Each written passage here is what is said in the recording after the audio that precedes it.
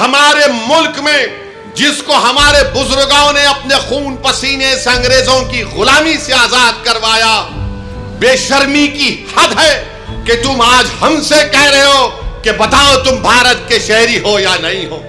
ارے اگر ہم سے پوچھنے والوں، جاؤ انڈمان کی اس کالا پانی کی جیل سے جا کر پوچھو، اگر اللہ اس جیل کے دیواروں کو، اینٹوں کو زبان دے گا تو پکار پکار کر کہیں گے کہ یہاں پر وہ مجاہدین قید تھے جنہوں نے انگریزوں سے سمجھوتا نہیں کیا، جنہوں نے انگریزوں کو معافی نامہ لکھ کر نہیں دیا اور اپنی جانوں کو قربان کر دیا۔ اگر اللہ مالٹا کی جیل کو، اس جیل کے صحن کو اگر اللہ بولنے کی طاقت دے گا تو پکار پکار کر کہے گا کہ اس سردی میں یہاں پر مجاہدین تھے جنہوں نے انگریزوں سے سودا نہیں کیا۔ اگر اللہ مراد آباد کے اس زمین کو اللہ حکم دے گا تو مراد آباد کی زمین پکار کر کہے گی کہ وہ یہ سرزمین ہے جہاں پر علامہ کافی نے نعت شریف پڑھ کر پھانسی کا پھندا اپنے گلے میں ڈال دیا مگر انگریزوں سے سمجھوتا نہیں کیا۔ آج تم ان سے، ان کے وارثین سے پوچھ رہے ہو کہ کاغذ دکھاؤ، یقیناً ہم پوری تیاری کریں گے۔ ارے جو ملک کا وزیر اعظم اپنی ڈگری عوام کو نہیں دکھاتا، وہ بہار کے غریبوں سے کہہ رہا ہے کہ اپنا برتھ سرٹیفکیٹ دکھاؤ، اپنا برتھ سرٹیفکیٹ دکھاؤ۔ میں اپنی ڈگری دکھانے کو تیار ہوں،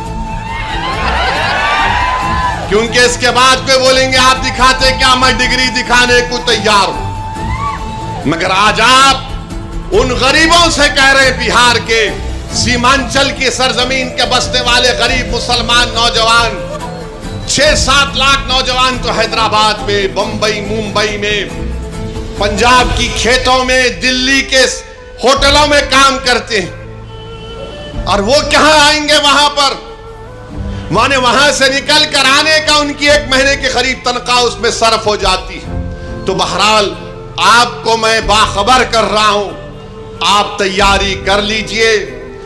ہو سکتا ہے کہ میری تقریر کے بعد بی جے پی کی طرف سے یا کوئی اور طرف سے بولیں گے انہوں خواہ مخواہ ڈرا رہے، ڈرا نہیں رہا ہوں۔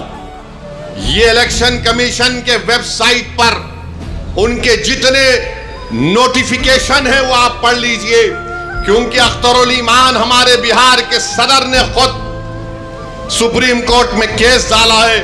ہم نے اپنے پیٹیشن میں ان تمام باتوں کو کہا ہے جو میں نے آپ کے سامنے کہہ رہا ہوں۔